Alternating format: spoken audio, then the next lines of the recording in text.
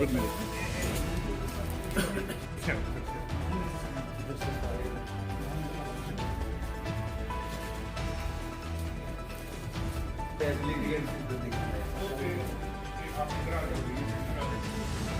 मुनक्कद की गई। J&K में भी लोक अदालत आज मुनक्कद की गई। डिस्ट्रिक्ट हेडक्वार्टर में रामबन की बात करूं, हमने डिफरेंट ये बेंच मुनक्कद किए तहसील हेडक्वार्टर पे और रामबन में भी। टोटल केसेस हमने 191 केसेस उठाए गए, जिनमें से 111 केसेस का हमने निपटारा मौके पर ही किया।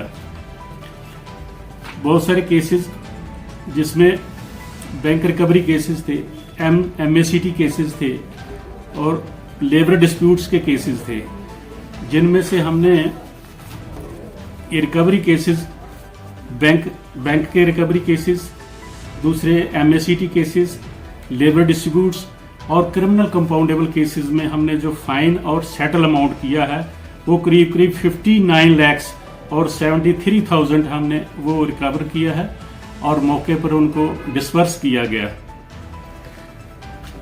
इसके अलावा सिविल केसेस भी कुछ टेकअप किए, मैट्रिमोनियल केसेस भी हमने टेकअप किए, जिनमें से चंद केसेस का निपटारा भी हमने मौके पर किया। इसी तरह जो रिपोर्ट्स हमें मुफस्सल से आई हैं, काफ़ी लोगों ने वहाँ पार्टिसिपेट किया और अच्छे नंबर्स में केसेस जो है सेटल किए गए।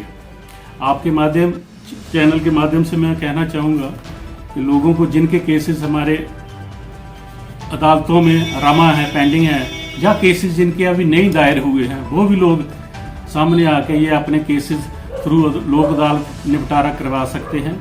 और इसका फ़ायदा ये है कि एक तो लोगों का वक्त की बचत हो जाती है, पैसे की बचत हो जाती है, और सबसे अच्छी बात यह है कि दोनों पार्टीज विन विन सिचुएशन में रहते हैं।